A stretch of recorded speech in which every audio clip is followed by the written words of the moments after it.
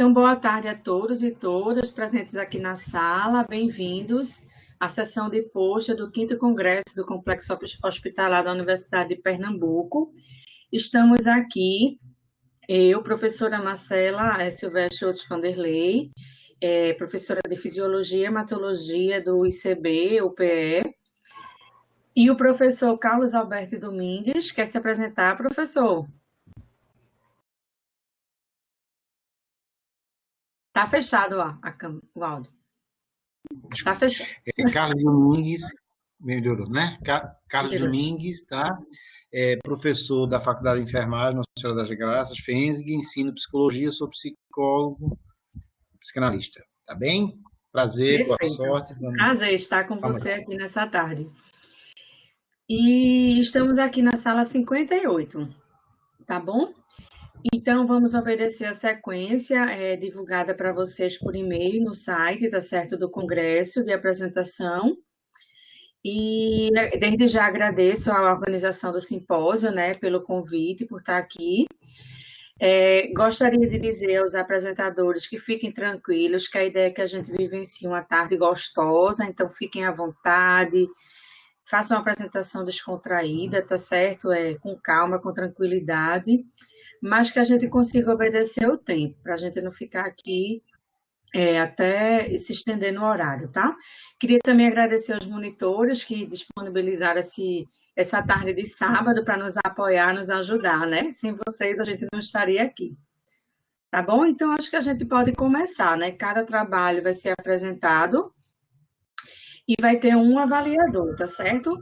A gente também gostaria de aproveitar o momento para justificar a presença do terceiro avaliador, que seria a professora Sueli, que por motivos de saúde não pôde estar presente aqui conosco. Tá joia? Então, o primeiro trabalho é o trabalho 172, que vai ser apresentado pelo Rivaldo Mendes da Silva, tá certo? E que eu vou passar a palavra ao professor Carlos Domingues, que vai fazer a avaliação, tá bom?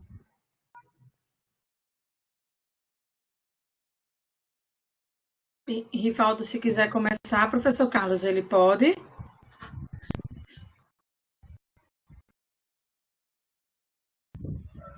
Rivaldo está aí. Cadê você, Rivaldo? Pode abrir seu microfone. Pode começar, pode começar. Se puder abrir a câmera também. Vamos embora. Boa tarde, estão me ouvindo? Oi, Rivaldo, estou sim. Estou tentando ligar a câmera, um momentinho, por gentileza. Olá, boa tarde. Olá, Rivaldo. Gratidão de estar aqui nesse evento com vocês. Como foi falado, meu trabalho está intitulado O Sentido de Cuidar nos Hospitais Psiquiátricos, Perspectiva antes da Reforma Psiquiátrica. Eu sou psicólogo, sou especialista em gestão em saúde mental, trabalho com saúde mental, com álcool e outras drogas, e com crianças com deficiência. E esse meu trabalho, ele é um recorte do meu trabalho de pós-graduação, no qual eu venho trazer uma reflexão sobre a questão do cuidado que era visto antes da reforma psiquiátrica, e até questionar se realmente era cuidado. Então eu venho trazendo aqui na introdução: a humanidade enfrenta dificuldades em lidar com as diferenças, por compreender o normal com a perspectiva de ser aceito socialmente. Então, antes da reforma psiquiátrica, as pessoas elas tinham essa questão de todas as pessoas que traziam um temor à sociedade, elas serem retiradas e colocadas em hospital psiquiátrico, ou seja, aquelas pessoas que tinham sofrimento psíquico, as pessoas LGBTs, as pessoas negras, ou seja, as pessoas que eram vistas como ameaça para a sociedade. Então, elas eram colocadas em hospitais psiquiátricos. Os hospitais psiquiátricos foram utilizados por anos com ambientes que cuidavam de pessoas com sofrimento psíquico, tendo como objeto afastar todos com transtornos mentais da sociedade como maneira de protegê-las. Então, eles traziam essa perspectiva de proteger a sociedade e retirar essas pessoas com sofrimento psíquico. Não só as pessoas com sofrimento psíquico, mas esses outros grupos sociais que eu acabei de falar para vocês anteriormente. O objetivo do meu trabalho é refletir sobre a importância da reforma psiquiátrica no âmbito da saúde mental, no cuidado de pessoas com sofrimento psíquico. A metodologia utilizada foi a realização de um levantamento bibliográfico em artigos e livros sobre a temática em tela, através do método de fichamento, utilizando como referencial os lexos hospitais psiquiátricos, reforma psiquiátrica de pessoas com sofrimento psíquico. Por gentileza, pode passar o slide?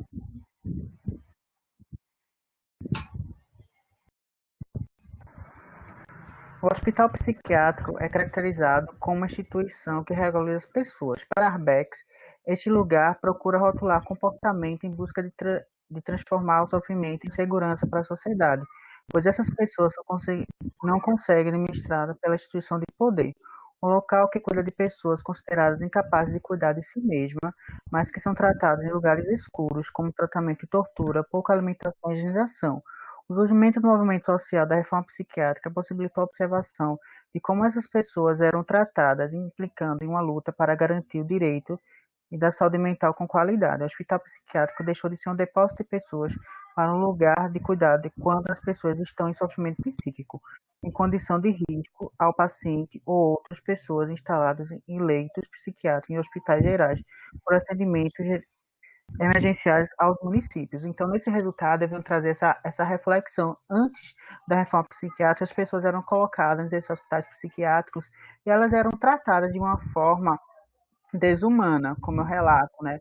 Em lugares escuros, lugares de tortura. Com o movimento da reforma psiquiátrica, os hospitais psiquiátricos começaram a ser tratados de outra forma, até mesmo o fechamento de hospitais psiquiátricos. Hoje, os hospitais psiquiátricos são utilizados apenas em casos de emergência psiquiátrica, no qual essa pessoa ela não consegue estar no seu município, na sua cidade, não tem um local que essa pessoa esteja diante o sofrimento psíquico instalado.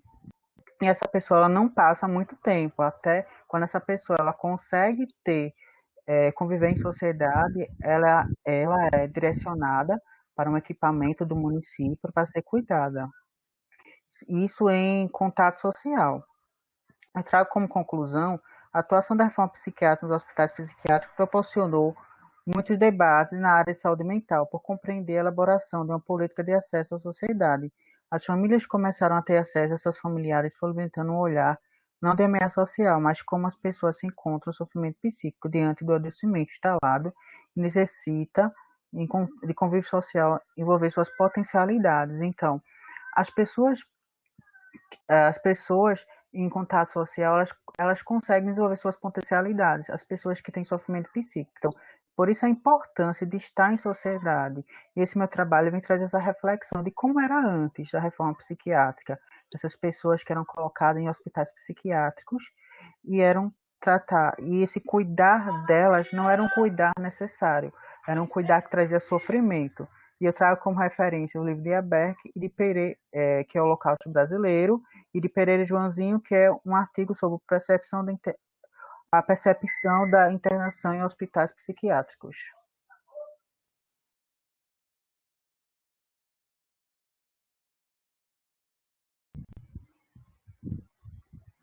Estão me ouvindo? Sim. Bom, gente, acabei. Gratidão. Faço os comentários. Fique à vontade, professor. Parabéns, Divaldo. Passa a palavra para o professor Carlos Domingues fazer as considerações.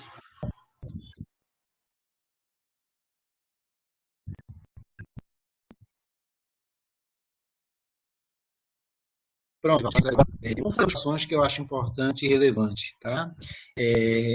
E historicamente, não é? Como você bem coloca, o que a gente observou nos hospitais,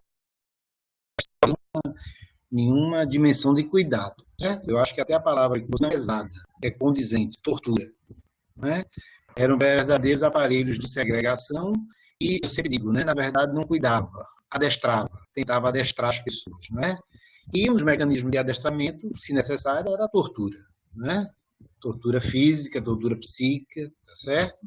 E aí você cita lá na tua bibliografia o Holocausto brasileiro, aquilo ali impede qualquer negacionismo, né? Impede que as pessoas digam que é mentira, tá certo? Ali talvez seja, digamos, o extremo de uma situação, mas era o que acontecia mais ou menos nos diversos hospitais psiquiátricos, tá? Então é isso mesmo, não havia cuidado não, tá certo?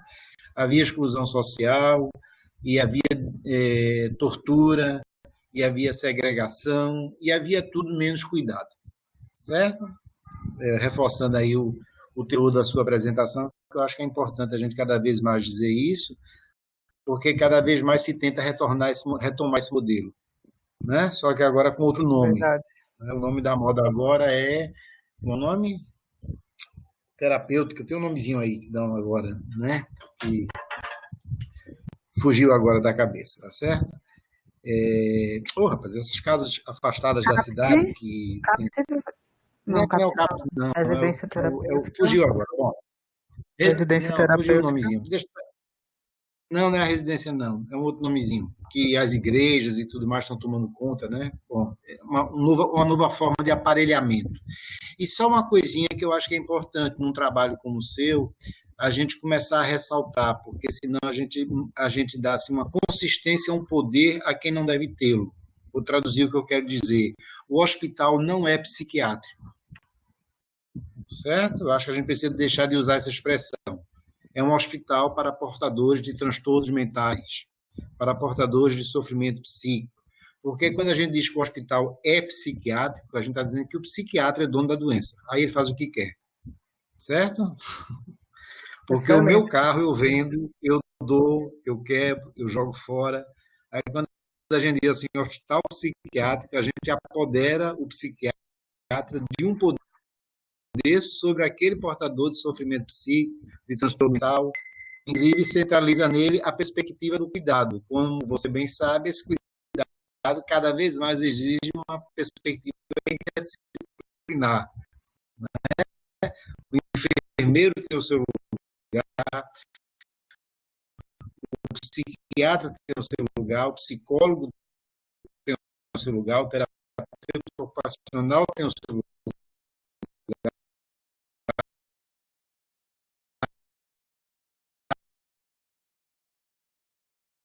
E não há uma relevância de quem é mais importante.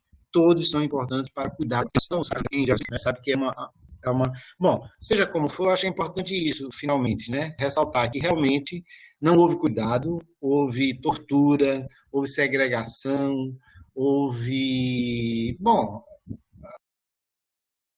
a coisa mais escura que a gente pode ver, e o filme cita, né, o livro sobre o filme, é evidência, não tem como negar isso, tá certo? E a outra coisa que eu pontuo é essa: não é hospital psiquiátrico, não vamos dar consistência a quem não merece tê-la.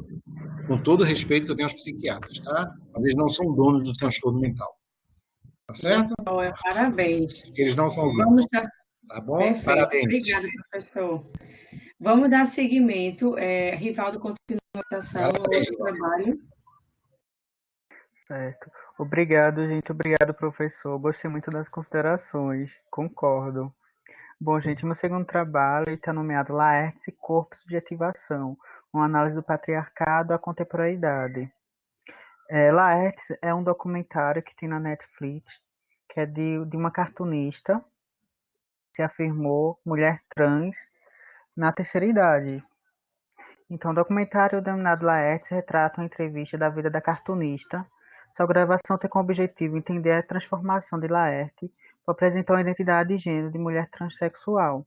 Le Breton, 2007, retrata que a corporeidade é um fenômeno de uma cultura por meio dos recursos sociais, que são expressos pelos símbolos que norteiam o seu sentido. O corpo é um fenômeno social que é representado por signos que apresentam valor semântico à sua construção.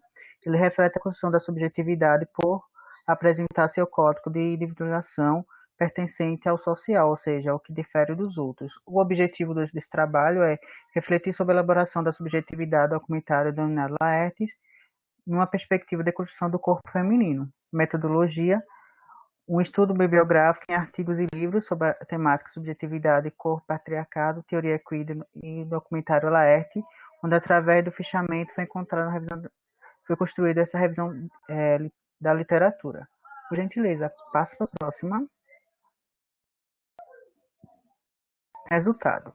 O corpo feminino, no decorrer da história, vem caracterizando modificações em sua construção. Butler, 2003. Desde o patriarcado, a mulher tem sofrido desvalorização em sua construção do ser pessoa. A subjetividade feminina era administrada pelo colonizador masculino. Seu corpo era um território privado do homem, onde a função da mulher era ser submissa ao desejo do outro. Le Breton, 2007. Laerte é uma cartunista que escreve cartões relacionados às questões de gênero e sexualidade. Aos 60 anos, assume a identidade de mulher. A identidade como feminino avigora com o modo de seu filho Diogo. Avigora com a morte do seu filho Diogo. A partir desse ocorrido, se permite a vivência da transição para a mulher. Apresenta seu discurso Felicidade está em uma nova perspectiva humana, revela que sua transformação reflete a descoberta do seu corpo. Então, eu venho trazer essa reflexão de Laerte com a mulher transexual, que vem de uma fase, da fase idosa, na sua fase de desenvolvimento idosa, no qual ela se reconhece, essa mulher trans, que ela se descobre essa felicidade de ser uma mulher trans e se assumir. E ela traz esse recorte da questão do patriarcado, que sempre julga os corpos, né, determina entre um binário homem e mulher, uma questão genitária, pênis e vagina. Então, Laerte, ela vem demonstrar, ela vem trazer esse recorte social sobre essa perspectiva de gênero, né, dela como se afirma com a mulher trans, e a mulher trans que se descobre, que se afirma na terceira idade, como algumas pessoas relatam, a velhice, a fase idosa, enfim, entre outras perspectivas que podemos dominar essa fase de desenvolvimento. Então, Laerte vê essa perspectiva, essa importância de se afirmar mulher nessa fase, e que nunca é tarde para você se descobrir o seu corpo, seu processo subjetivo. Então, eu trago como conclusão as dimensões levantadas como possível entender a tornar-se mulher de Laerte como uma pessoa que, aos 60 anos, afirma sua identidade de mulher transexual. Seu lugar de fala reflete como a performance justificada por experiência humana de elaborar uma subjetividade feminina. A obra reverte uma produção da construção da identidade feminina em uma mulher transexual. Nesse documentário foi possível estudar a influência da matriz heteronormativa imposta pelo patriarcado na sociedade e os estudos da complexidade, a teoria queer, pela construção do corpo como um fenômeno de transmissão social, convidando ao leitor a entender o que a genitália não determina o gênero. Então, essa perspectiva vem da teoria queer, que a teoria queer vê esse olhar social, que gênero e sexualidade são construções sociais, que não são determinantes biológicos, são construções sociais. Então, dentro dessa perspectiva que vem o documentário de Laerte, a questão do patriarcado, a questão do feminismo, a questão da teoria queer, é verificada essa construção de Laerte como uma mulher transexual. Então, eu trago como referências Le Breton, Butler e o documentário Laerte, que vocês podem encontrar na Netflix. Obrigado. Ok, parabéns, Rivaldo. Volta a palavra, professor, fazer as considerações, tá bom? Tá bom, obrigado. Professora, com licença.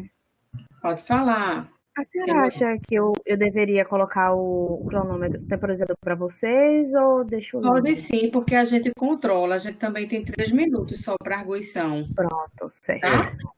Aí vale a pena para a gente, porque às vezes a gente se anima e perde a noção, porque ficaríamos mais tempo, né? Mas infelizmente não dá.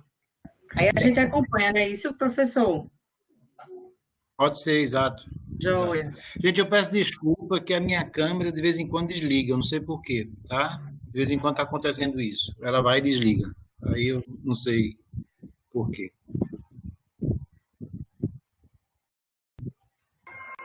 Pode seguir, professor. Pronto, então comentar esse trabalho agora, não é isso? Pronto, Igor. Então, bom, eu acho que novamente você aborda um tema extremamente relevante, não é?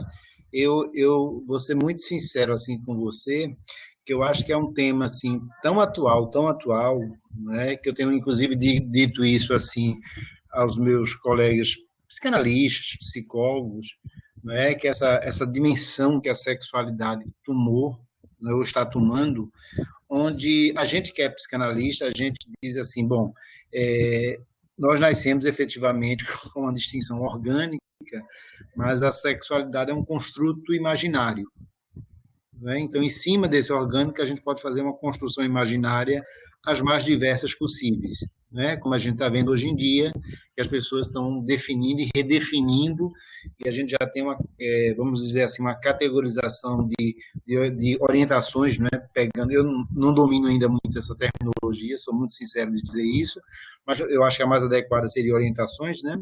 De uma certa diversidade, né? Aí eu tenho dito aos meus colegas o seguinte, né?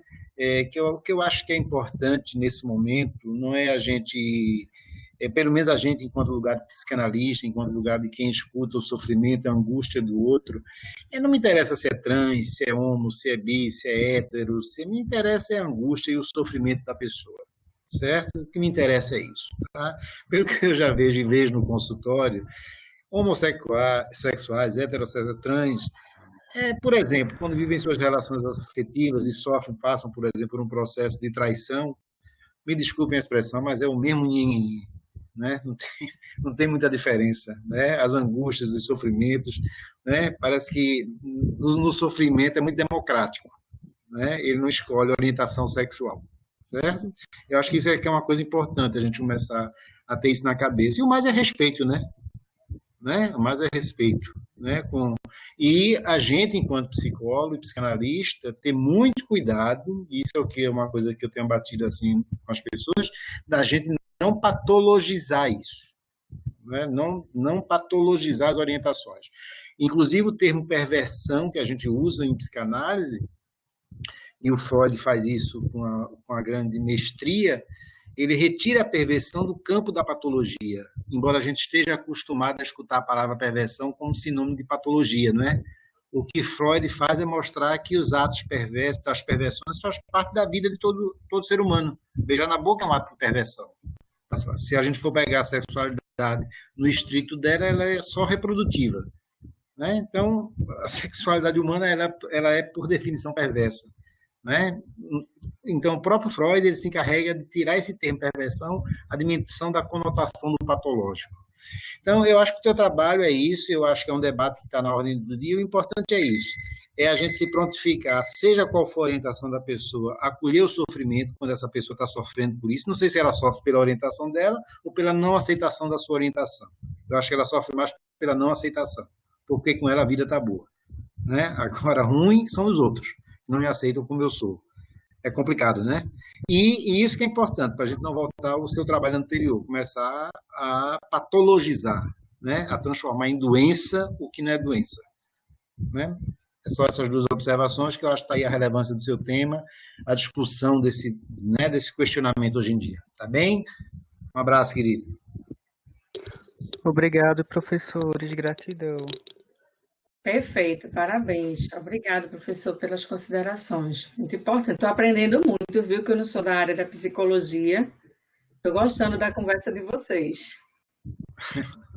Dando seguimento à nossa tarde de apresentação de post, a gente pode chamar agora Emanuele, com o post 231. Eu vou chamar o autor, porque eu não anotei quem são os coautores, tá bom? Mas, caso seja algum coautor, ele pode falar, tá bom?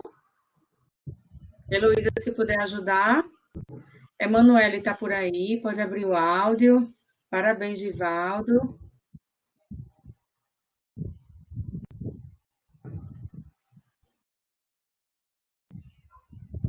Se tiver com dificuldade, Emanuele, pode falar aqui no chat, tá bom?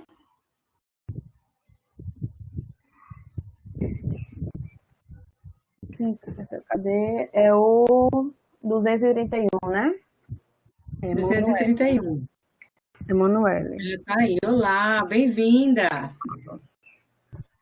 Bem-vinda, Emanuela. Você tem 5 minutos para sua apresentação. Quando se sentir à vontade segura, pode começar, tá bom?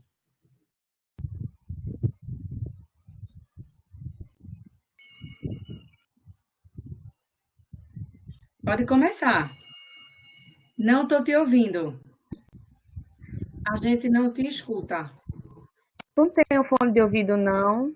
Emanuele? Algo assim. Tu tá assistindo a gente? Tu ouve? A gente não te escuta. Você nos escuta? Não. Emanuela, eu vou fazer assim. Tenta resolver com a Heloísa pelo chat a questão do teu áudio e aí a gente passa para o trabalho seguinte e depois volta para você, pode ser? Ela acho que ela não tá ouvindo, professora. Falando aqui.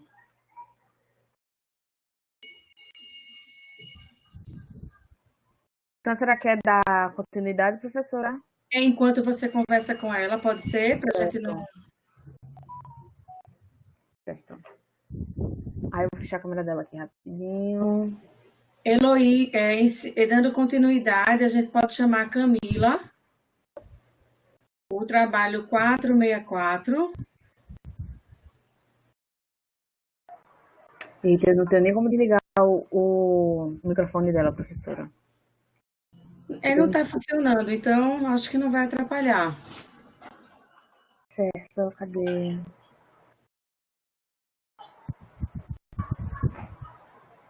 Pronto, professora, quem é o próximo? É porque Agora é Camila. 64. Pronto, Heloísa, papel. tudo certo com a Manuela e você sinaliza, a gente retoma para ela, tá certo? Certo. É porque eu tenho que ver tanto o cronômetro como falar com ela. Não se preocupe, não. Certo? Cadê? Só falta ela. Camila, pode ativar teu áudio e iniciar, tá certo? Mas a apresentação não é a dela, tá? Tem que ir para cá. É isso mesmo. Ah, muita coisa. Calma, a gente espera. Pronto, agora foi, né? Vai com calma, vai com calma. Pronto, tempo, agora tá? é esse. Agora é esse. É Camila Oliveira, papel psicólogo junto às vítimas de violência contra a mulher. Pronto. Perfeito, tá tranquilo. Oi, gente. Oi, Camila. Podemos começar? Oi. Sim, Podemos? Vão ser duas pessoas a apresentar? Isso, porque no caso são duas autoras. Tudo bem. Então, posso? Pode. Se puderem abrir a câmera também, tá bom? A câmera da gente tá com problema, porque a gente tá pelo celular. Sem problema, então vamos lá. Tá. Fique à vontade. Boa tarde. O trabalho de hoje, a gente vai falar sobre o papel do psicólogo junto às vítimas de violência contra a mulher, com ênfase da pandemia do novo coronavírus. Esse trabalho foi a categoria de revisão integrativa. Tem como os autores Camila Maria Oliveira de Deus, que sou eu, estudando psicologia, e a psicóloga Brenda de Souza Pereira. Na nossa introdução, colocamos que a violência contra a mulher é considerada um problema de saúde pública, que atinge mulheres de todas as idades, classes sociais e culturas. Diante do cenário da pandemia do isolamento social, a violência contra a mulher cresceu em países incluindo o Brasil. Segundo dado disponibilizado pelo Ministério da Mulher, da Família e dos Direitos Humanos, o DISC 180 registrou um aumento de 17% das ligações com denúncias de violência de mulheres contra violência contra a mulher nesse mês de março. Surgiram também em todos os países estratégias de intervenções com relação às denúncias dos casos, campanhas de conscientização da sociedade e ações de novas prevenções contra a violência à mulher. Portanto, temos como objetivo compreender as diferentes formas de violência contra a mulher, evidenciando o papel do psicólogo no manejo do atendimento às vítimas em situação de violência. Além disso, identificar quais as medidas de intervenção estão sendo realizadas durante o período da pandemia do novo coronavírus. O método que utilizamos para fazer esse trabalho foi a estratégia PICOS, incluindo artigos em português publicados do período 2013 a 2020 e bancos de dados das ciências da saúde.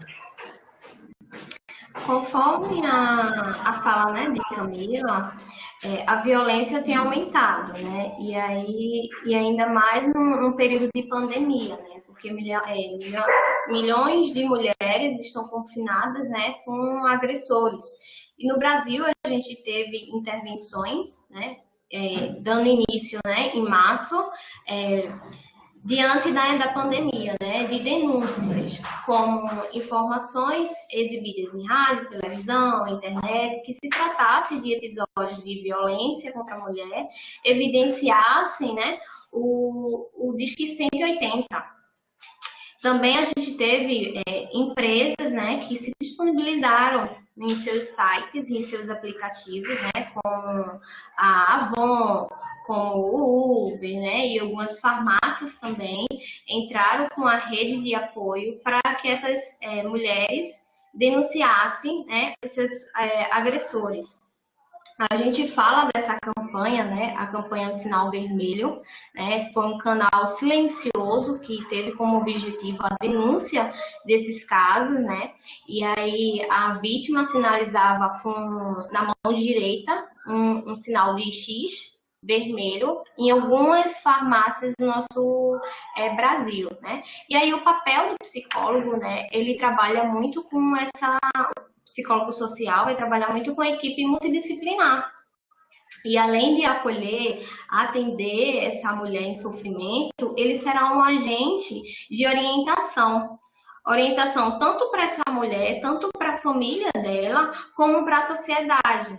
Né? Tendo em vista que muitas mulheres, né, e como a sociedade, não tem conhecimento do trâmite, do passo a passo da denúncia e até mesmo dos seus direitos. Né? E aí, com a pesquisa, a gente observou a importância, né, de mais ações de comprometimento na rede de saúde, também da educação e da segurança, né, junto com a nossa sociedade, visando as intervenções eficazes de prevenção a suporte adequado a vítimas e punições aos agressores, tá certo? E aí a gente agradece pela oportunidade de estar apresentando e ainda mais sendo esse tema, né, tão evidenciado durante a pandemia, né, o momento que estamos vivendo.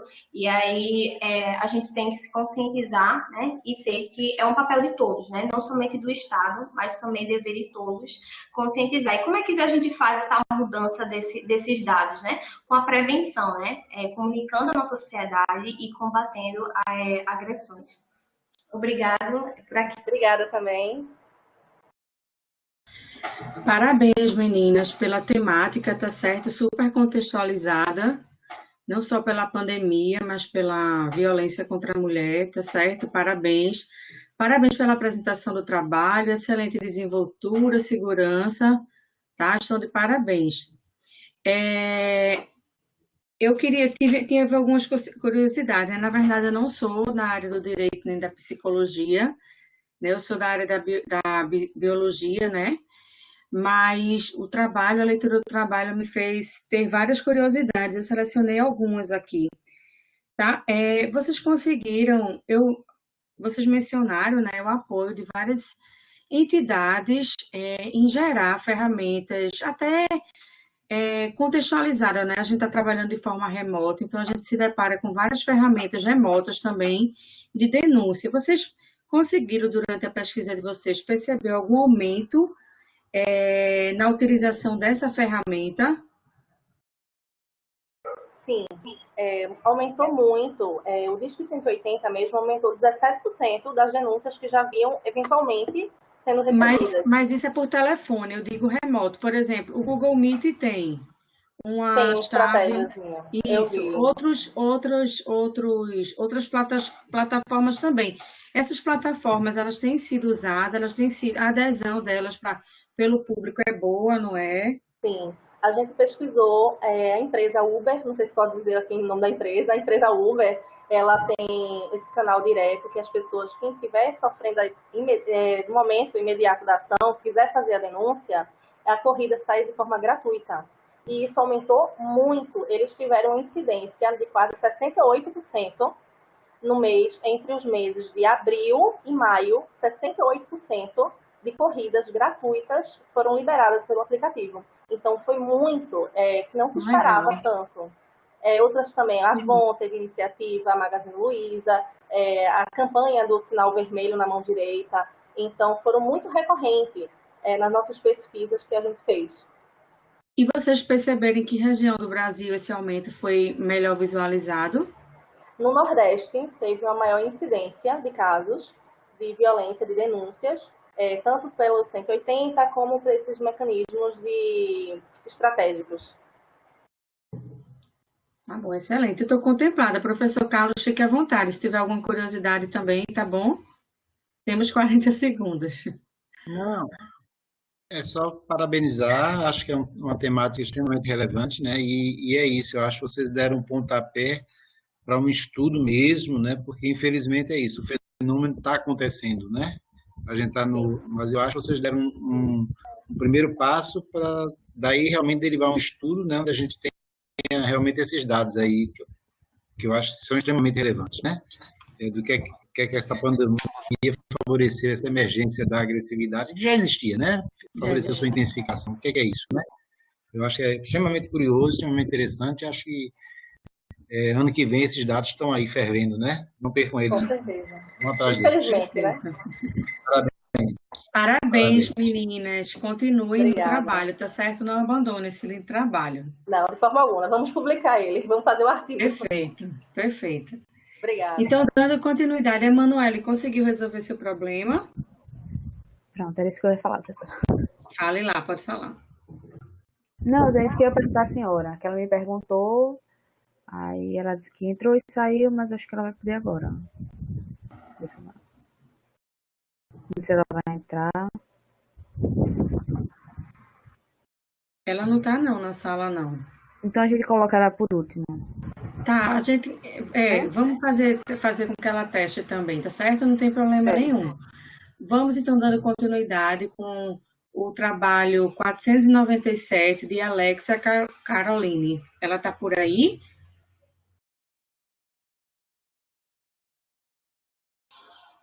Professor Domingues, só para lembrar de fazer a avaliação lá no site do simpósio também, tá? Alexia tá por aí? Tá com dificuldade, Alexia? Tá tudo bem? Pode abrir seu áudio e seu microfone. Acho que ela está digitando, professor, aqui no chat. Ela já respondeu ali, parabéns. 1 minuto. 1 minuto, certo. Eita, certo não.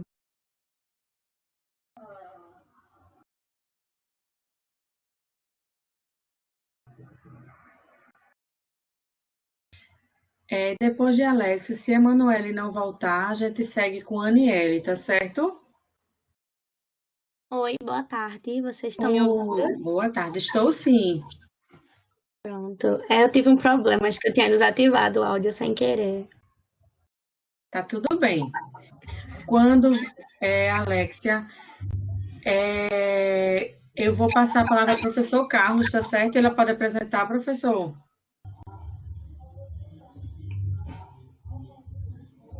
Pode sim, né? Então, Alexia, fique à vontade, tá certo? Quando você se sentir segura, pode começar. Certo. Pode começar. Deixa eu só ligar minha câmera aqui 1 minuto.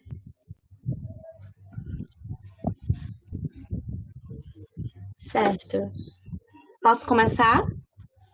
Pode.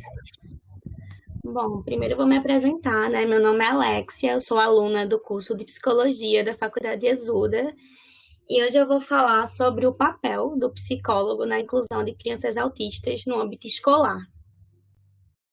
Bom, quando a gente fala de inclusão, logo entende-se que trata-se de um importante mecanismo de participação e controle social. Ela é encarregada de atuar na garantia de direito de todos os cidadãos de forma igualitária.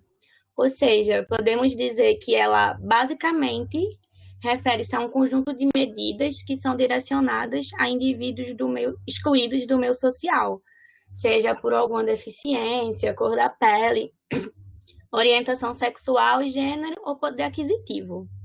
E assim, essas ações, elas têm como objetivo assegurar que as oportunidades de acessos e bem-serviços sejam dadas de maneira igualitária para todos.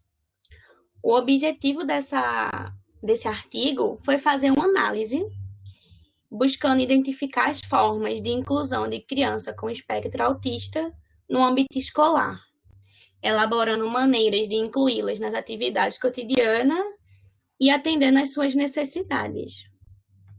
Foi usada a metodologia, foi uma revisão integrativa construída através da estratégia PICOS. Ela inclui artigos em português que foi publicado no período de 2015 a 2019. Foram estudados 5 artigos que serviram de embasamento para a construção do texto.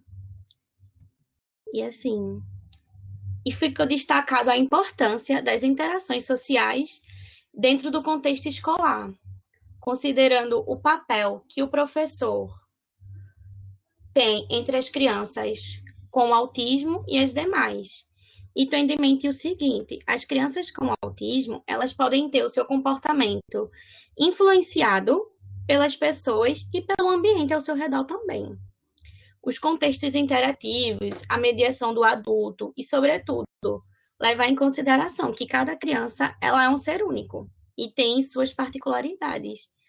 Sendo assim, essa inclusão ela se torna fundamental para o seu desenvolvimento. Claro que tem que atentar-se para o fato que os aspectos aqui abordados vão ter um enfoque maior no papel que o psicólogo vai ter no âmbito escolar. E é válido ressaltar também que a importância que a interação social tem no âmbito escolar Só um minuto.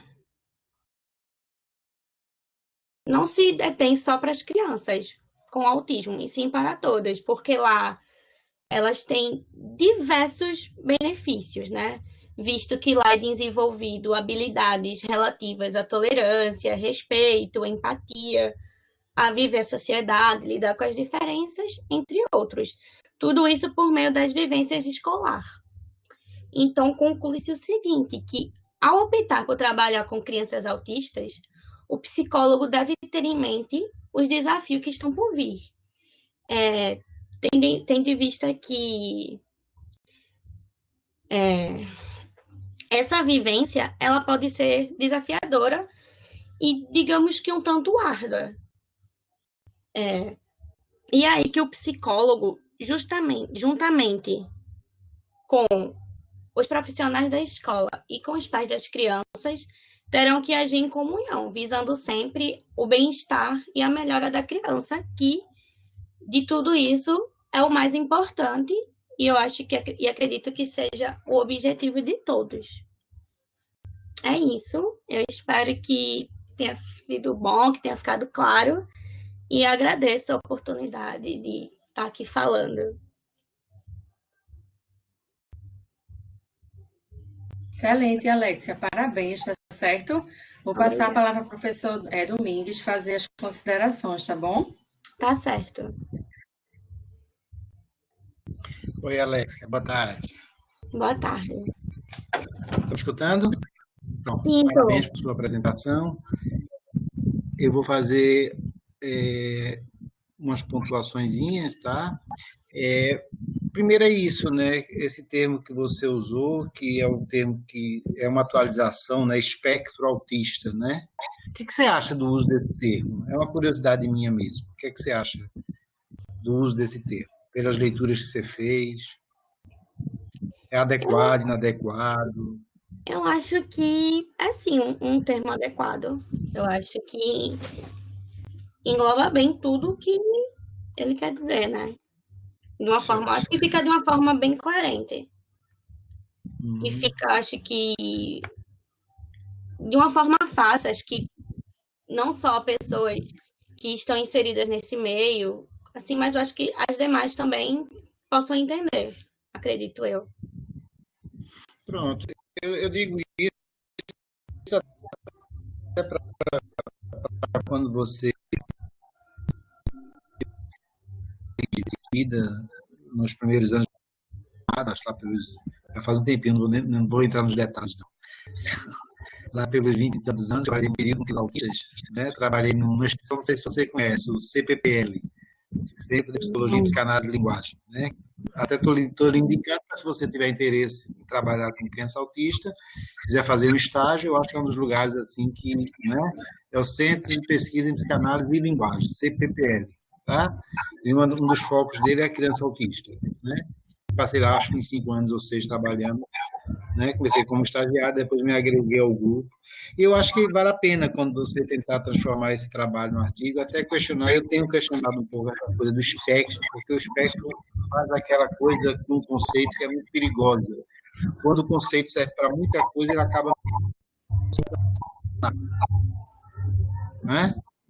Isso. Não sei se está claro o que eu estou dizendo. Eu estou me perguntando se as pessoas que hoje estão sendo colocadas como autistas, se elas realmente são autistas. É uma questão que eu estou me interrogando, tá?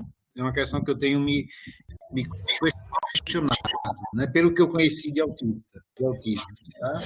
Eu acho que é uma questão que vale a pena. Será que realmente esse termo, né, esse jogador de futebol é autista? Eu digo, sim, Messi é autista, então eu não sei mais o que é autista. Certo? Eu sei que roupa, se veste com uma roupa que eu acho horrível, tá certo? Agora, autista,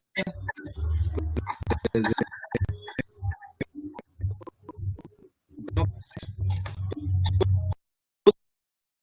todo mundo virou autista agora, né? É uma coisa que eu acho que é essa que o teu trabalho traz, que também é muito importante, que vale a pena essa investigação bem, né? Essa inserção da criança na escola. Será que ela realmente está sendo feita nas condições adequadas? Ou você está transferindo um problema? E a criança vira um problema, né? Será que o professor em sala de aula tem o aparato para lidar com a criança autista que merece um olhar, né, diferenciado? Porque tratar como igual não significa deixar a diferença, ao contrário. É respeitar a especialidade dessa criança, que ela exige. Não é isolá-la, não é segregá-la, mas talvez estando no ambiente das ações para esse professor acolher essa criança, senão a gente cobre os pés e cobre a cabeça. É uma questão que eu acho que é muito investigada, né? Senão isso vira uma transferência de responsabilidade. E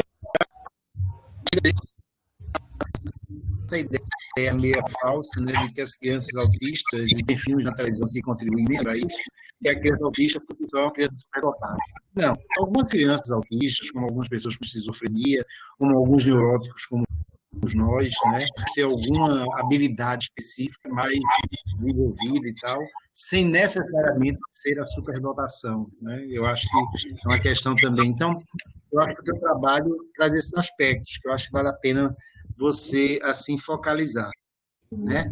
Essa inserção da criança, que visa não segregá-la, que é extremamente importante, extremamente relevante, está sendo dado condições aos docentes, aos professores, para cuidar na sala de aula, né? Eu acho que eu estou dizendo algo que seria bom você dar uma olhada. Na hora que você for atrás de dados mesmo, que você sair só do levantamento, vale a pena, viu? Eu acho que está na hora de questionar isso, né? Está na hora de ter uma... deixar de acontecer, para que aconteça melhor, para que aconteça adequadamente, né? Não é deixar, não. Não é botar a criança autista num grupo isolado porque é autista, de forma alguma, né? Você coloca a sala de aula,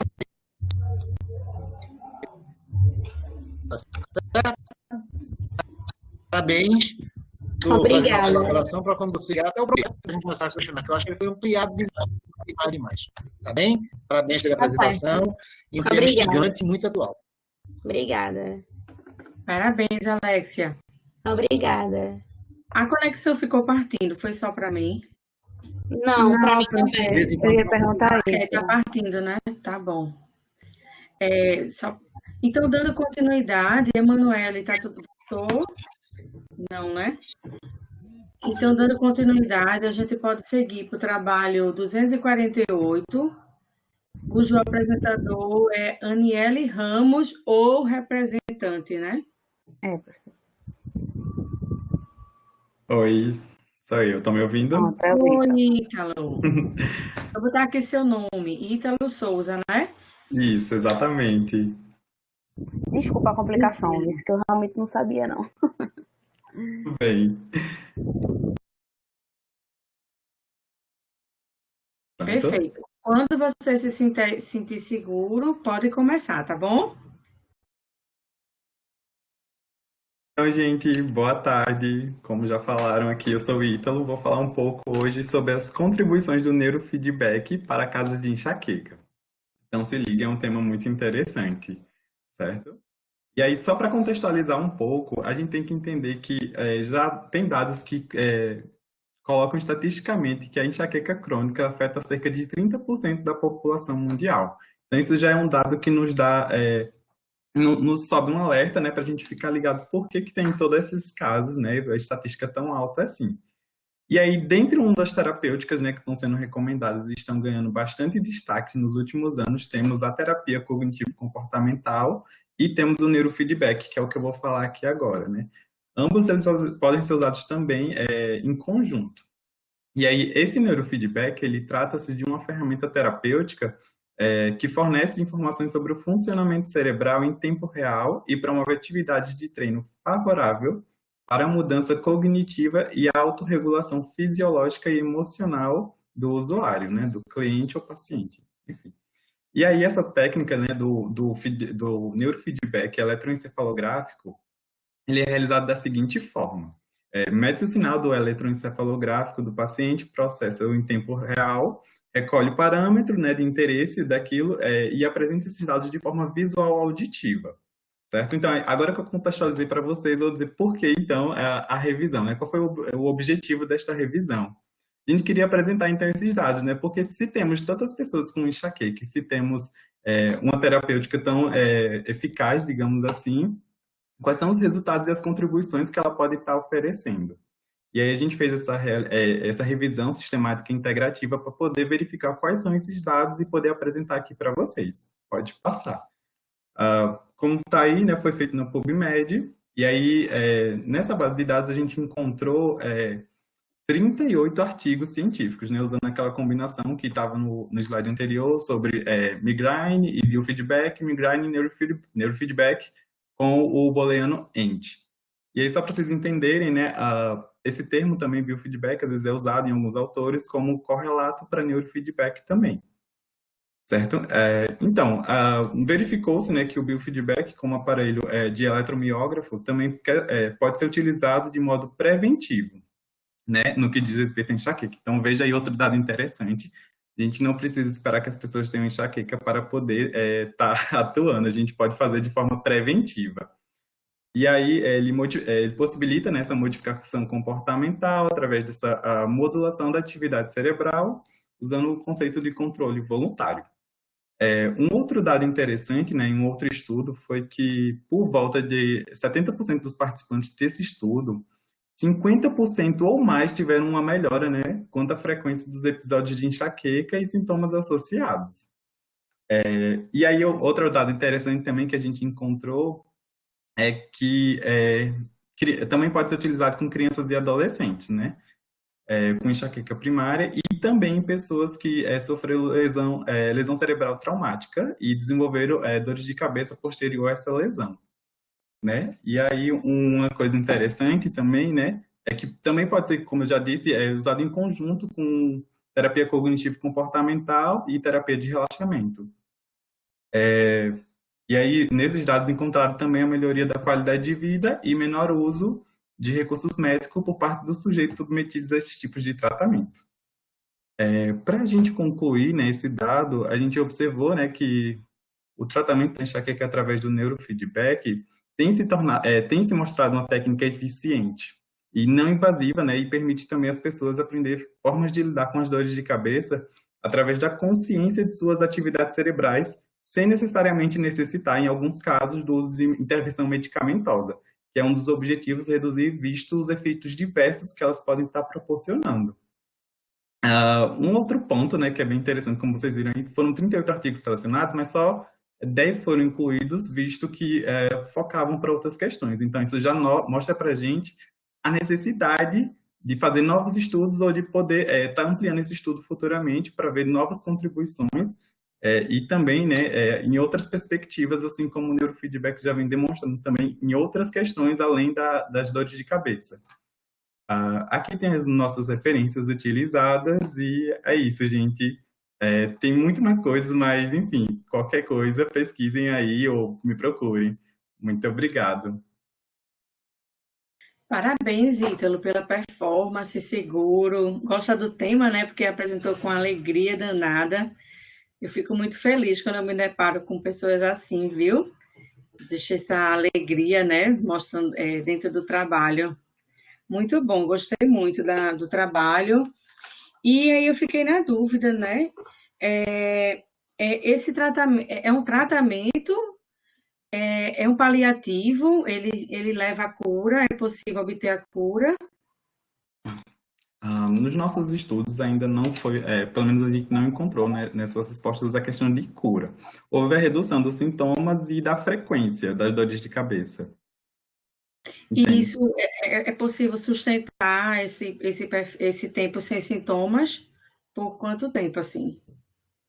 Depende dos casos, mas e também da problemática, mas geralmente envolvem entre umas 8, 9 até, pode chegar, dependendo do caso, né, 30 ou 40 sessões de sessões com neurofeedback para dar um resultado melhor. Dependendo, como eu disse, do caso, às vezes esses benefícios se sustentam por um longo tempo após a finalização também. Entendi, tá joia. Certo? Tá bom, parabéns, tá certo, pelo trabalho. Ok, obrigado. Nessa Muito linha. obrigado. Dando sequência, a gente tem agora a aluna Beatriz, Beatriz Amorim. Tudo bom, Beatriz? Pode abrir o microfone.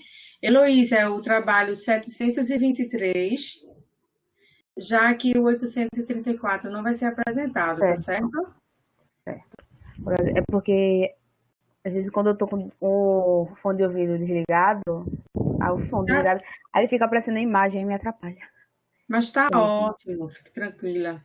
Olá, Beatriz. Eu acho que eu lhe conheço. Muito bom ver uma carinha conhecida por aqui.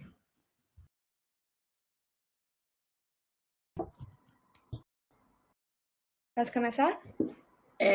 Pode sim, fique à vontade, tá bom? Certo. Boa tarde a todos. Primeiramente, gostaria de parabenizar os trabalhos apresentados até agora. Eu sou Beatriz, sou estudante lá da UPE de Medicina e integrante do projeto Entrelaçados, que é sobre o qual a gente vai estar falando aqui hoje. Esse trabalho tem o título Os Benefícios das Atividades Lúdicas na Graduação Médica, um relato de experiência. É relatado na literatura, já de muito tempo, os impactos do curso médico e da prática em saúde na saúde mental dos estudantes, dos médicos, de enfermeiros e tudo. Existe uma prevalência maior de transtornos mentais em estudantes de medicina e médicos, principalmente os transtornos de humor. E fatores de risco associados a isso são a exposição ao estresse contínuo e a falta de tempo para atividades de lazer e de socialização.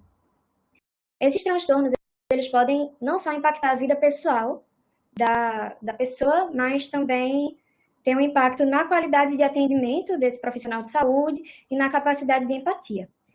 Nesse contexto se insere o Entrelaçados, que é um projeto de extensão da Universidade de Pernambuco, que objetiva proporcionar a prática de palhaçaria, que também é uma prática reconhecida por amenizar o cenário da internação hospitalar, que é tido como um contexto de muita ansiedade, de muito estresse para pacientes, acompanhantes e profissionais. O objetivo do nosso trabalho é relatar a vivência dos extensionistas do projeto Entrelaçados nas oficinas de formação da palhaçaria, que são uma das etapas de formação para ingressar no projeto e refletir sobre as repercussões destas atividades na vida acadêmica e na saúde mental dos participantes. Pode passar, por favor?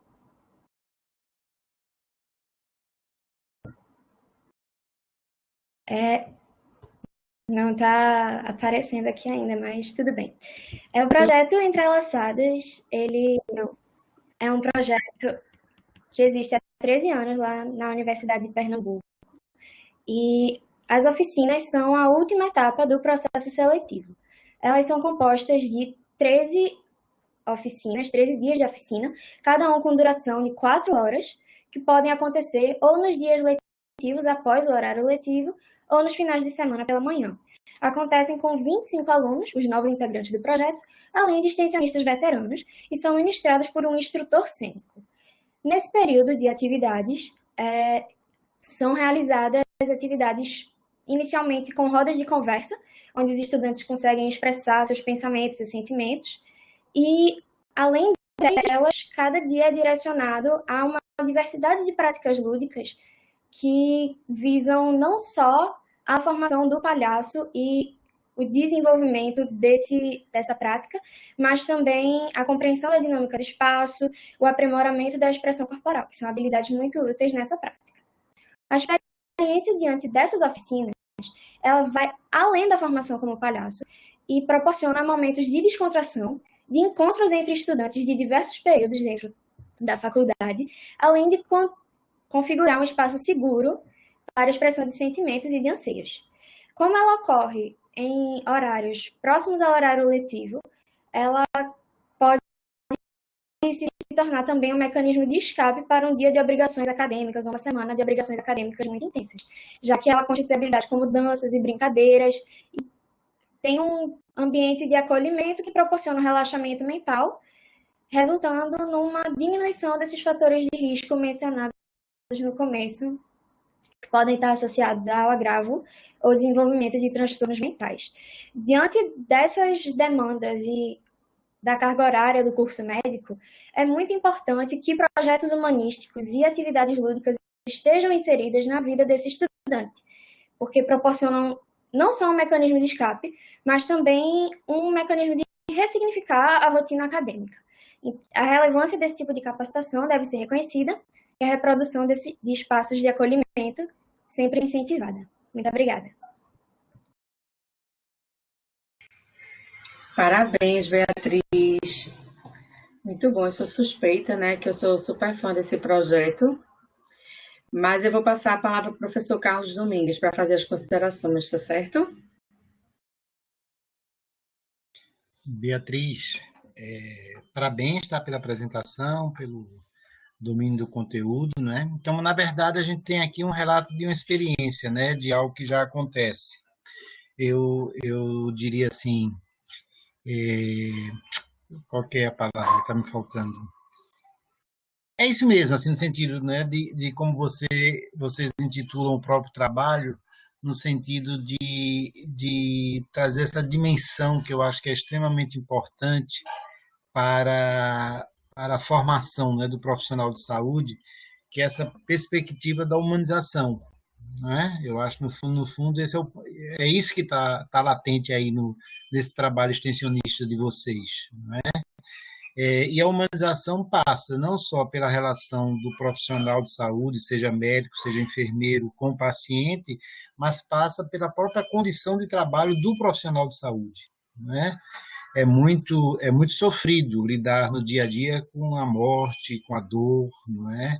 Com essa tristeza. Então, parece que o trabalho de vocês traz essa dimensão, não é de rir da tristeza, não é?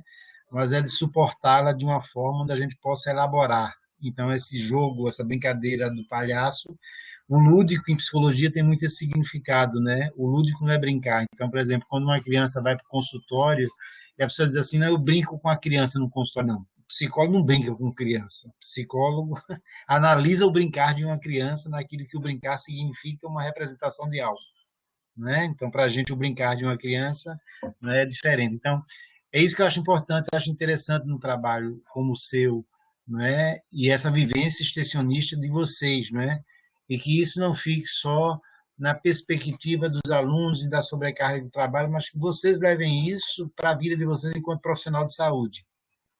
Eu acho que isso é que é interessante, né? Ganhar esse componente da humanização e que vocês, como os pacientes, também sofrem e precisam elaborar isso. E, às vezes, um mecanismo lúdico para elaborar é uma atividade como essa. quais seriam os outros possíveis, né? Por exemplo, diante de uma pandemia, para as pessoas elaborarem a angústia que devem ter vivido nesse confronto com a morte cotidianamente. Quanto estresse deve estar vindo aí, né?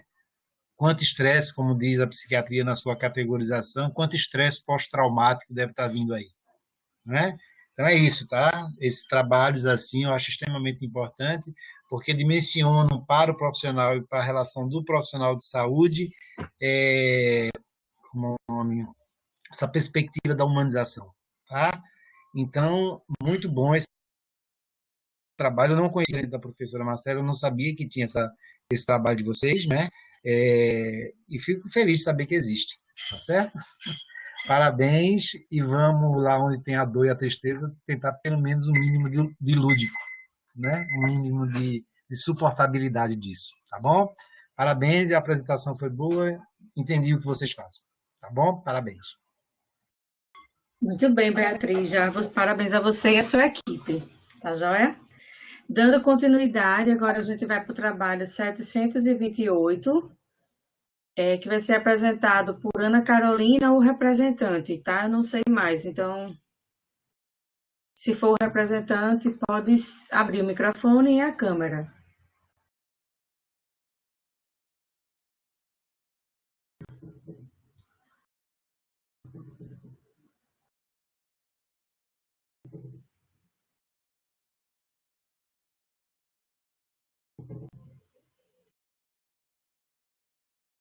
Ana, tá por aí? Heloísa, tem alguma anotação sobre esse trabalho? Não, professora, deixa eu ver. Aqui no usuário não tem nenhuma Ana. Mas eu acredito que se a outra pessoa fosse apresentar, né, ela iria se colocar, né? A gente passa e a gente fica atento, caso ela consiga retornar. Certo, no fim a gente dá o remate, né? Isso. Aí agora é o 847, que era com Eunice e Michele. Pronto. Isso, perfeito. Então, Michele, pode aparecer, ligar o microfone, enquanto a Heloísa tenta trocar o slide.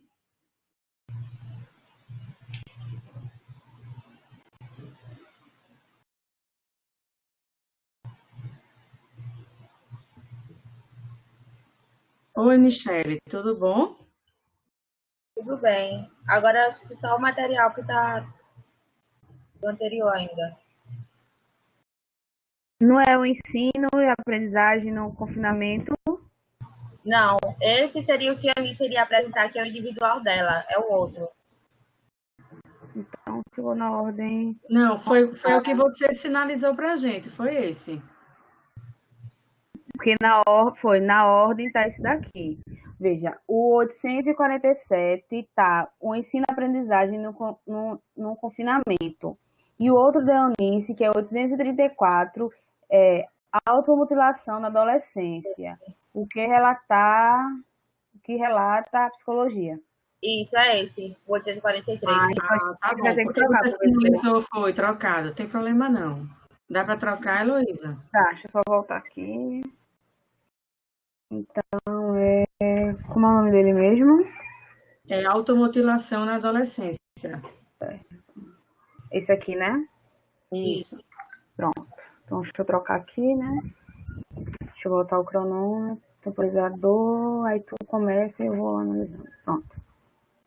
Boa tarde, meu nome é Michele Pessoa, sou aluna do 9º período de Psicologia da Universo. O tema que eu vou falar hoje é sobre a automutilação na adolescência, o que relata a psicologia contemporânea.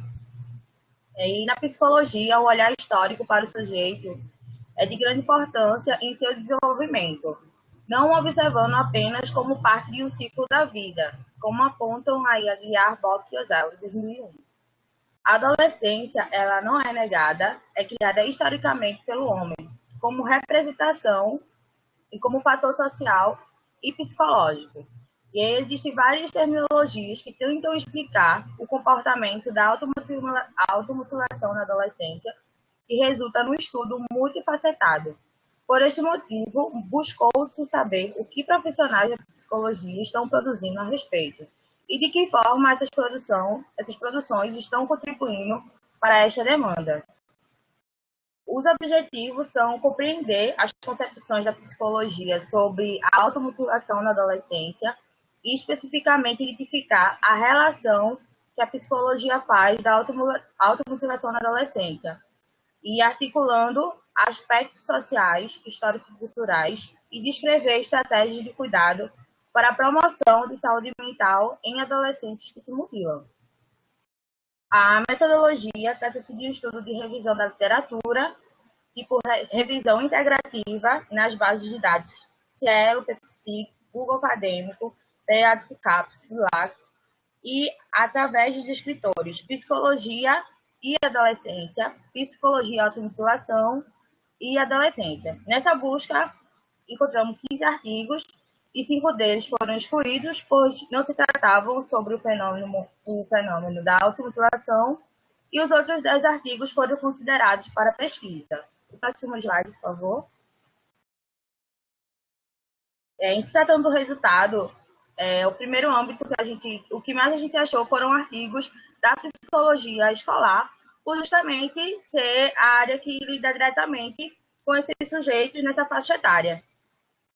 E aí, a psicologia escolar traz contribuição ao despatologizar a automutilação e desconstruir a visão de que ela se constitui numa doença, apresentando como fenômeno psicossocial e produto de uma sociedade doente que produz doenças. E aí, para a área hospitalar, muitos adolescentes são levados à emergência no ato da tentativa. Cerca de 84,21% são por intoxicações medicamentosas. E nesse campo são realizados diagnósticos patologizantes para seguir com o tratamento. Em alguns casos, até internação. Em alguns casos, aí, internação, no caso, quando chega adolescente em emergência. E nosso terceiro objetivo foi justamente encontrar estratégias de cuidado para a promoção de saúde mental com um adolescente que se automutila. Hoje o Brasil conta com uma política nacional de prevenção da automutilação e de suicídio. Aí a Lei 13.819, embora a lei esteja promulgada, é necessário ações mais diretas do governo estaduais e municipais para que seja executado o que está em pauta. Como conclusão, é importante entender o discurso dos jovens que buscam solucionar o seu sofrimento, usando seus corpos como forma de se vingar do mundo ou deles mesmos. Esse fenômeno da automutilação é um problema que demanda a atenção de diversos atores sociais, inclusive os psicólogos. A psicologia ela pode contribuir de várias formas para lidar com essa problemática, tanto pesquisa, bem como realizando intervenções de prevenção e promoção de saúde a esses sujeitos. É isso, obrigada.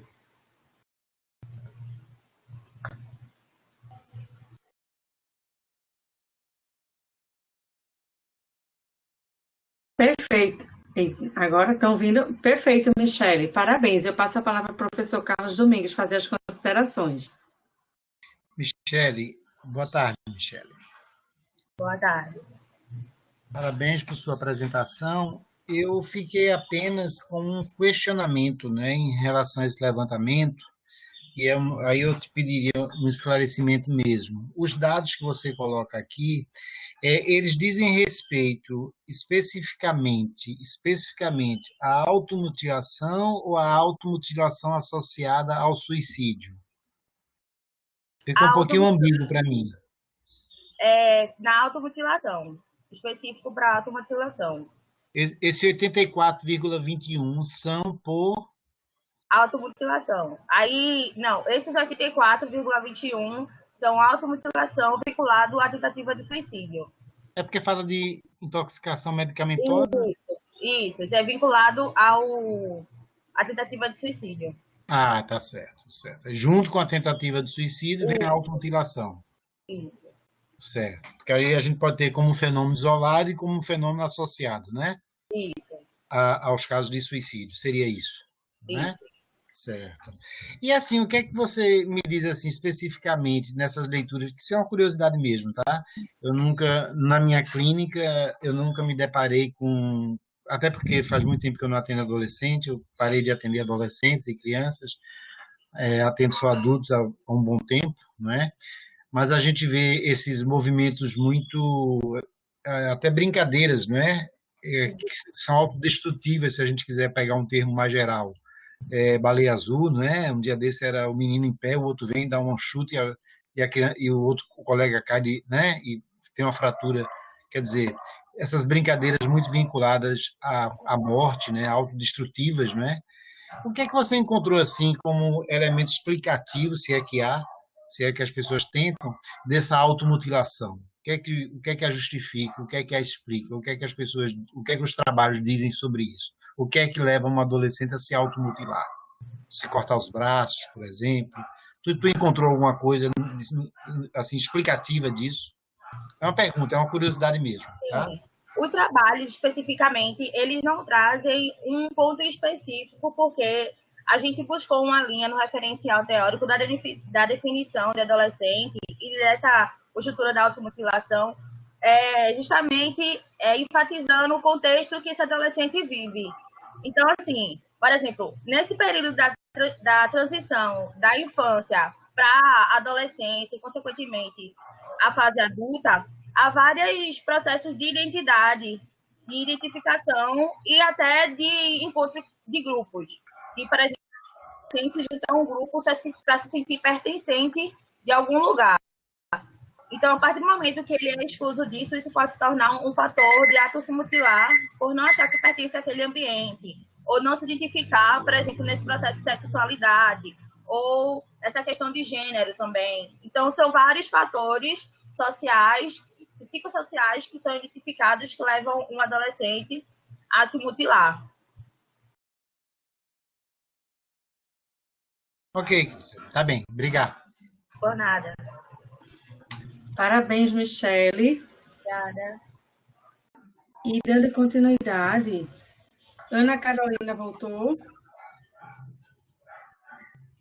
Oi, Luísa, a gente segue a listagem, depois a gente volta, tá? Pode ser? Certo. Aí agora a última é Ana Carolina apresentou, professora. Quem falta ainda é a Não apresentou, não. Ana Carolina, não? Não, o 728 não apresentou ainda. Ah, foi Beatriz, que foi a do Palhaço Terapia, né? Isso, exatamente. Certo, eu botei aqui ok. Quem falta então, apresentar? Se ela não está... Seguindo a ordem agora, é o 141, Jaine Oliveira, porque o 847 não vai ser apresentado. Joia Emanuele, a gente vai voltar, tá certo? A gente está fechando a lista e a gente vai voltar. Falta você e Ana Carolina. Tá bom? Fique tranquila. Quer testar o áudio por enquanto? Enquanto o Jaine entra, a Jaine pode entrar também, tá, Jaine? Pronto, esse aqui é automutilação, né? No âmbito escolar. Isso. Então, deixa eu reescrever aqui, porque ficou organizado. Jaine e Emanuele, para testar o áudio, pode abrir. E Jaine pode abrir para apresentação o áudio. Olá. Emanuele pode falar. Olá, vocês estão conseguindo me ouvir? Sim, perfeito. Fique assim, não se mexa. A gente daqui a pouco lhe chama. Certo. Tchau. Tchau. Tem feito uma estátua aí. E Jaine, tá por aí?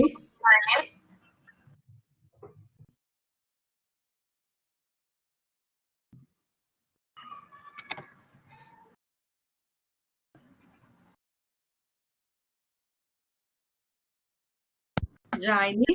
Vocês estão me ouvindo? Sim. Quem quiser abrir a câmera, tá certo? Fica à vontade. Estou com problema com a câmera, infelizmente não vai ser possível. Tudo bem, não tem problema não. Posso começar? Pode começar. Boa tarde a todos. Meu trabalho está intitulado Automutilação na escola, no âmbito escolar. Eu sou graduada no curso de licenciatura em Educação Física pela Universidade Federal de Pernambuco e o meu trabalho é um relato de experiência. Bom, a priori, é interessante entender como se dá a automutilação no âmbito escolar. E aí vem contextualizando, com a adolescência, ela é uma fase de mudanças, e essas mudanças acabam gerando alguns conflitos internos. Gente, só um minutinho, tem algum microfone aberto aí fazendo um som Eu aí? acho que é o de Emanuele. Comigo. Desliga, Emanuele. Consegue desligar? Pronto, agora. Posso continuar? Sim, esses conflitos internos acabam, algumas vezes, gerando alguns transtornos psicológicos, e dentre eles, a automutilação. E aí, a automutilação é um transtorno psicológico caracterizado pela ação intencional de agressão ao próprio corpo, mas sem a intenção consciente do suicídio. E os episódios de autoagressão geralmente ocorrem em uma situação após que esse indivíduo tenha sofrido alguma situação que tenha causado estresse a ele. E aí, o objetivo do meu trabalho é sensibilizar a comunidade escolar sobre o que é a automutilação através de uma oficina e como a mesma pode se manifestar em adolescentes, visando dialogar e compreender o papel da escola na prevenção e combate ao transtorno acima citado. Pode passar, por favor? Obrigada. E aí, esse relato em específico foi realizado numa escola de referência de ensino médio, na cidade de Gravatá, e aí, a priori, foi construído material didático a partir da revisão da literatura, para que eu conseguisse conceitualizar esse transtorno. E após essa construção do material didático que foi construído um slide, foi realizado palestras na escola. Essas palestras é interessante mencionar que foram feitas em pequenos grupos, em uma sala separada da escola, para que dessa forma os alunos se sentissem acolhidos e confortáveis a relatar a vivência deles como praticantes da automutilação ou como pessoas que têm um amigo próximo, um familiar próximo que praticam a automutilação. Depois do material apresentado, foi dado para cada aluno um pedaço de papel e uma caneta e foi passado uma caixa para que eles colocassem suas dúvidas ou relato, como que começaram a se automutilar, ou o que poderiam fazer para se ajudar ou para ajudar algum conhecido. E, posteriormente, essas perguntas foram lidas e debatidas em sala. E como conclusão do trabalho, concluiu-se que é de extrema importância o cuidado da saúde mental dos adolescentes, uma vez que os mesmos, por estarem em um período de transição, muitas vezes não conseguem lidar de forma saudável com as frustrações e acabam recorrendo, assim, a métodos autodestrutivos. E é esse meu trabalho, e obrigada.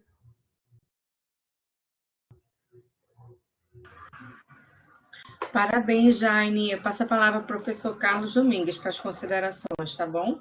Certo.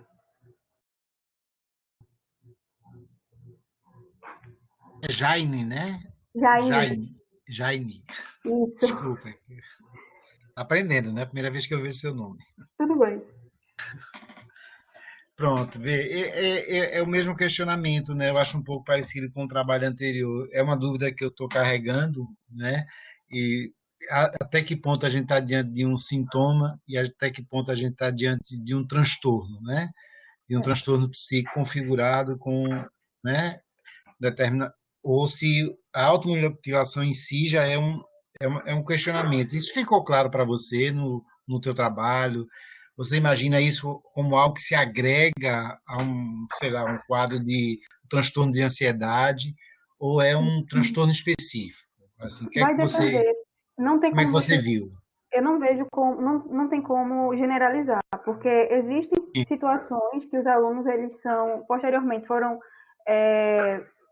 encaminhados pela escola a um psicólogo, e aí eles foram diagnosticados com alguns transtornos. Às vezes, é só uma forma deles fugirem um pouco. Fugir é uma palavra, não é o termo correto, mas assim, é uma forma de se defender da realidade que eles estão vivendo.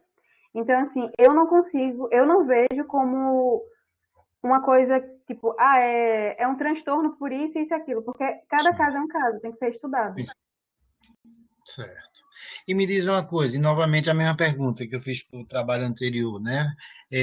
Vocês, assim, nesse trabalho, vocês entenderam, assim, algo, o que é que explica, o que é que acarreta, não é? Os conflitos familiares, o que é que faz com que tenha vocês observaram, assim, algum relato onde os alunos façam uma relação específica, né, explícita entre o ato de se mutilar e um acontecimento de vida, por exemplo. Estou perguntando mesmo no sentido de quem quer saber, tá? Não é pegadinha nem armadilha, não. Quando a mutilação, ela é porque assim, ela se divide em dois tipos, se eu não me engano, é a impulsiva e a compulsiva, mas eu não tenho certeza dessa terminologia. Pelo menos a experiência que eu tive, que eu trabalho com esse tema já há um certo tempo, geralmente está carretada ao tipo impulsivo. Então, assim, o episódio de automutilação acontece após algum conflito ou com os pais, ou na escola, ou geralmente está muito relacionado a uma situação de estresse, e aí a automutilação ela vem na perspectiva de fazer com que você se sinta melhor consigo mesmo depois da prática. Certo. Tá bom. É porque essa dimensão, né? Essa dimensão que a automutilação pode ter com automutilação, autopunição, né? Como se o sujeito articulasse alguma coisa assim, autopunitiva, né? No cortar o corpo, né? No ferir-se, né? Que pode vir, às vezes, de uma forma menos explícita, mas é isso. Tá bom, tá bem. Eu acho que é uma temática assim que precisa ser colocada nas escolas, exatamente como o suicídio, né, para que as pessoas saibam que pode se cuidar disso sem necessariamente se passar ao ato, né? Eu acho que às vezes as pessoas precisam ter a clareza de que a ideação suicida, por exemplo, é algo que acontece, mas que pode ser cuidado, né? O problema é que as pessoas às vezes não cuidam, né? É feita a automutilação, que pode inclusive vir acompanhada talvez da ideação suicida e passar um ato de autodestrutivo de uma densidade e uma intensidade maior. Então, acho muito bom realmente que as escolas, né, feito bullying, feito essa coisa toda, né, a própria sexualidade, que hoje em dia existe esse questionamento meio idiota, né, de que a gente não dá nem para discutir mais essas coisas, né, como se informar sobre sexualidade fosse estimular a sexualidade. Informar é uma coisa, né? Então, ninguém informar sobre automutilação não é estimular a automutilação, né? Não ter essa clareza, senão a gente fica num debate meio burro.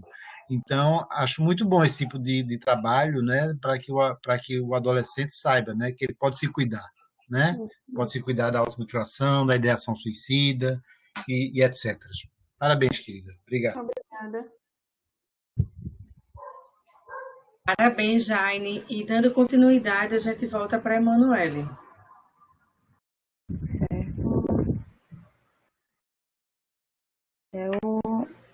Contribuições da psicologia jurídica. É a terceira apresentação. O terceiro, isso.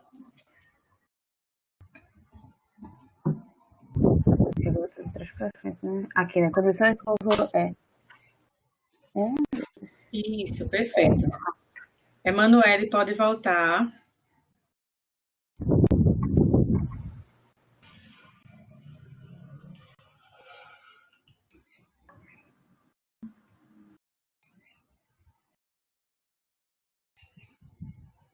Olá, boa tarde. Boa tarde. Do curso de Psicologia na Faculdade dos Guararapes.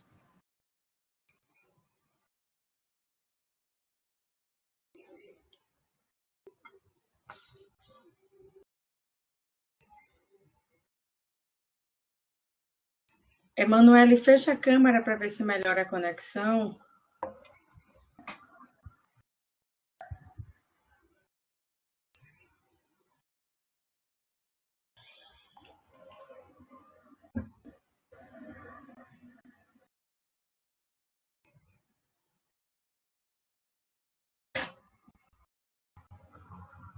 Agora, o áudio voltou? Ele havia Agora. desativado antes.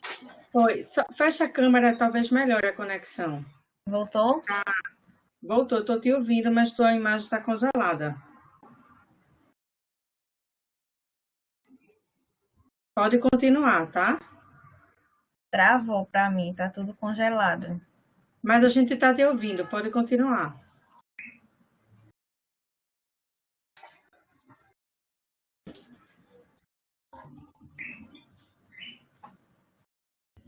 Pode falar, que dá para a gente te ouvir.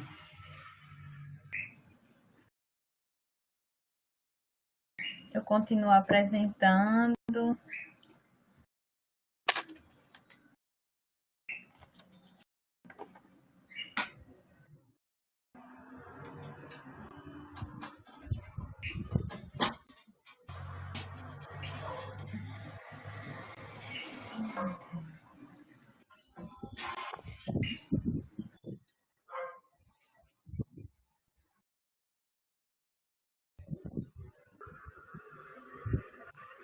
Fecha a câmera, talvez te ajude. Eu acho que travou, professora. Acho que travou. É porque esse MConf é muito pesado, ele pega muito a internet. É bem complicado. Ana Carolina voltou. A gente pode passar para o 2728, né? Mas ela não está aqui também. Só falta a Emanuele e a Ana Carolina, ela não está aqui.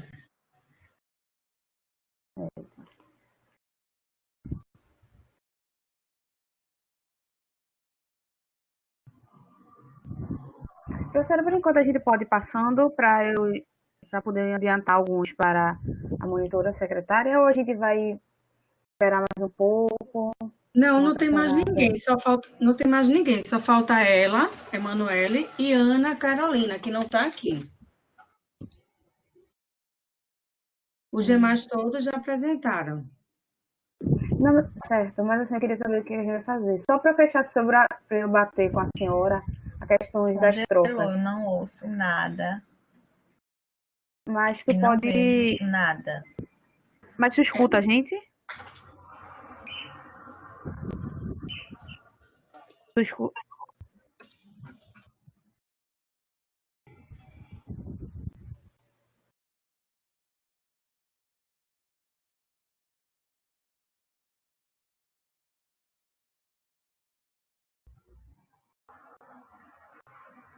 Tentando desligar a câmera para ver se funciona, mas não está funcionando. Mas veja, a gente está lhe ouvindo. Vá apresentando que a gente está lhe ouvindo.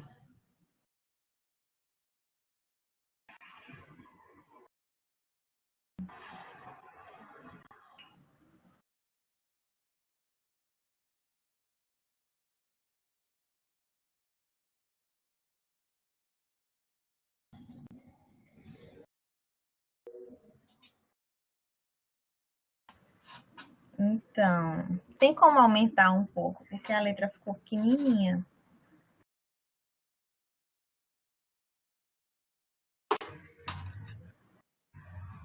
Pode aumentar, Heloísa.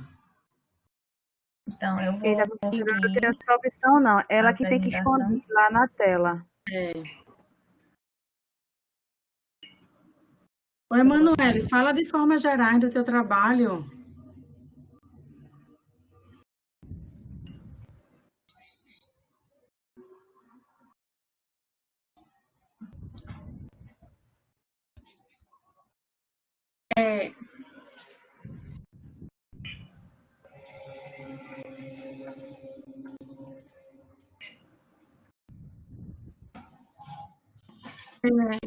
Heloísa, vê só, eu acho que...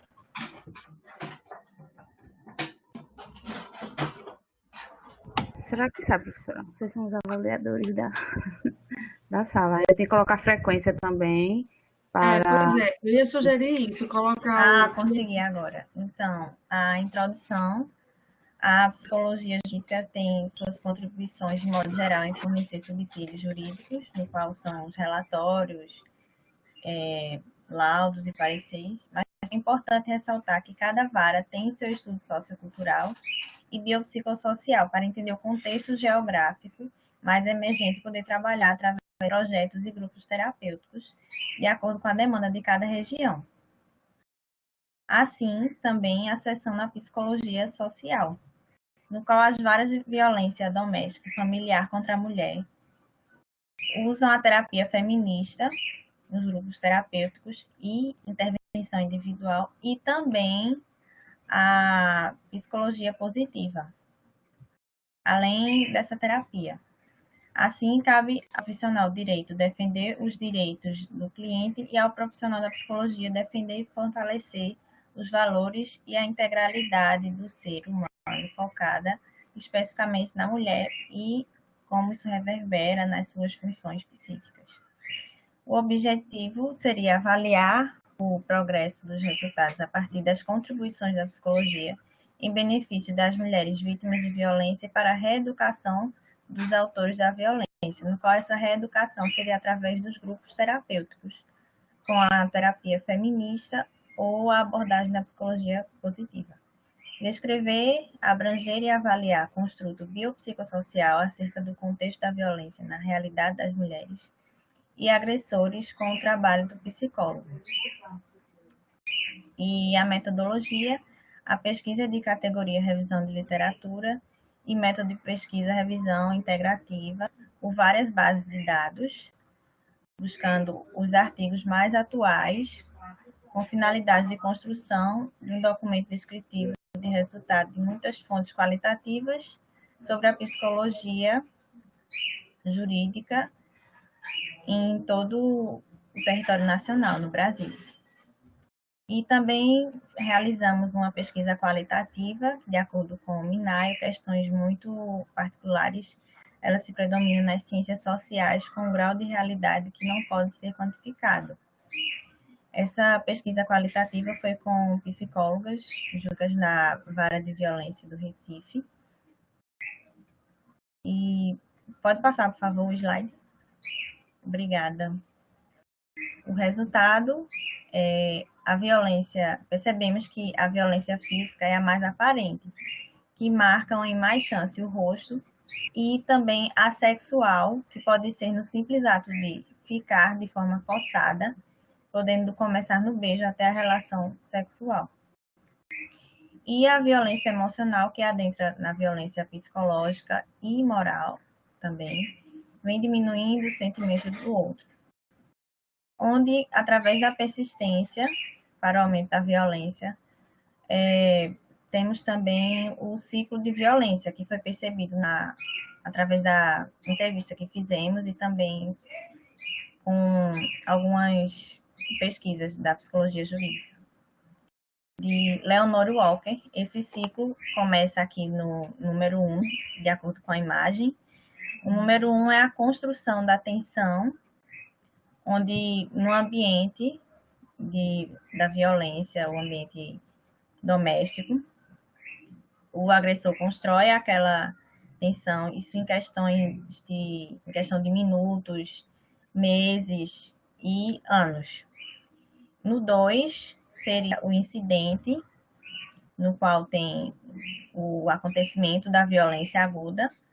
O 3 seria a reconciliação, como se acontecesse uma lua de mel entre o casal. E no 4 seria o momento de calma, em que se estabelece uma calma momentânea e volta a tensão que é construída no número 1. Então, no viés do empoderamento feminino, o processo psicoterapêutico da terapia feminista, ele é um grande aliado na psicologia jurídica, porque além de trabalhar a escuta e o acolhimento para a violência contra a mulher, ele irá motivar mais essas vítimas a se empoderarem. Além disso, essa terapia pode ser usada com agressores para reeducação sobre principalmente o ser humano, o direito feminino e os valores atuais nessa perspectiva, com entendimentos científicos e força das vivências. Já a psicologia positiva, criada por Seligman, e alguns autores junto a ele afirmam que o principal interesse nessa abordagem é entender as forças e vivências humanas, com foco na felicidade e no que puderem vir nas tensões, causando assim um bem-estar singular.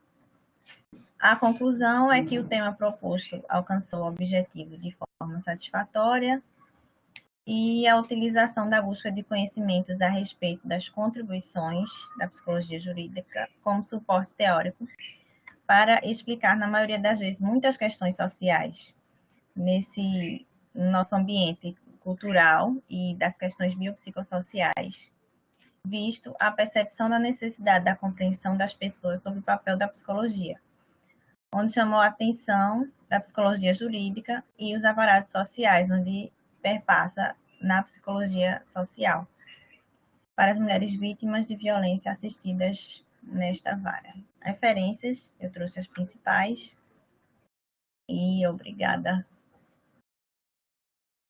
Parabéns, Emanuele, conseguimos. Mas ainda não consigo ouvir vocês, mas consigo visualizar.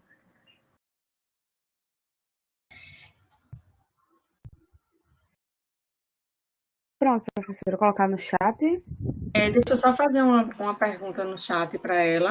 Posso colocar já a frequência, professora? Ou tá muito Pode adequado? sim, pessoal. Gratidão. Mais Eu um só não minutinho. consegui ver o tempo passar também, porque ficou congelado. Mas agora ficou contando o tempo de vocês.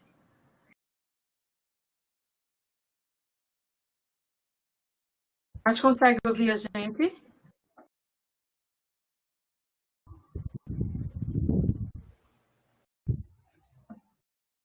Acho que não, professora. E rapidinho, gente, essa é a frequência da gente, sabe? Certo? Desse QR Code você pode botar a câmera do seu celular ou pode digitar esse link aqui, certo?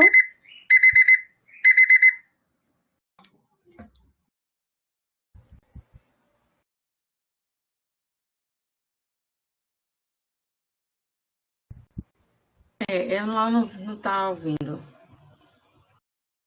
Tudo bem, então. Vamos lá. Eita, tenho como não. Eu não sei. Eu não queria perguntar aqui, professora. Não, é só no QR Code, também não. Bom, de acordo com a entrevista com as psicólogas, elas disseram que ajuda bastante na redução e também na diminuição da culpabilização delas. Elas se sentem muito culpadas e esses agressores veem nessas medidas socioeducativas como se eles não fossem culpados e também com parentes que potencializam a aversão deles. E de acordo com o que elas disseram, nessa terapia, eles têm um trabalho que dá como se fosse assim, posso dizer, o trabalho que diz os direitos da mulher, os deveres que eles, assim, do lugar deles com a mulher. Obrigada, Emanuele. Então, pessoal, Ana Carolina não voltou, Heloísa, certo? Não, professora. Então, eu vou colocar como certo. Certo, então faltaram os trabalhos. Obrigada pelos parabéns. Apesar de ter atrasado um pouco. Joia, vocês tenham conseguido me entender. Passar uns checklist depois que desligar a sessão, finalizar a gravação? Posso sim. Eu espero todo mundo sair, eu passo, é isso? Não, mas assim, eu finalizo a senhora vai falar mais alguma coisa para poder finalizar a gravação? Não, queria agradecer a presença de todos. Queria agradecer ao Quinto Simpósio pelo convite, pela oportunidade, aos monitores pelo apoio, ao professor Carlos Domingues, foi um prazer, a gente não se conhecia, mas compartilhar esse pedaço de tarde aqui, trabalhando com os alunos, não é? E a cada um dos apresentadores que deixou um pouquinho de conhecimento, né, com a gente, tá certo? Professor Carlos, que se quiser falar, fique à vontade. Eu também agradeço a participação do simpósio, a nossa monitora que coordenou e organizou aí essa parte técnica de uma forma bacana, legal. Marcela, que eu também tive o prazer de conhecer agora, né, nesse simpósio, e acho que a gente conseguiu dar conta do trabalho, vocês estão de parabéns, e pronto, muita alegria, muita felicidade para todo mundo, tá bom? Beijos. Igualmente, excelente. Professor. Boa tarde a todos. Pode encerrar a gravação, Luiz, e a gente passa o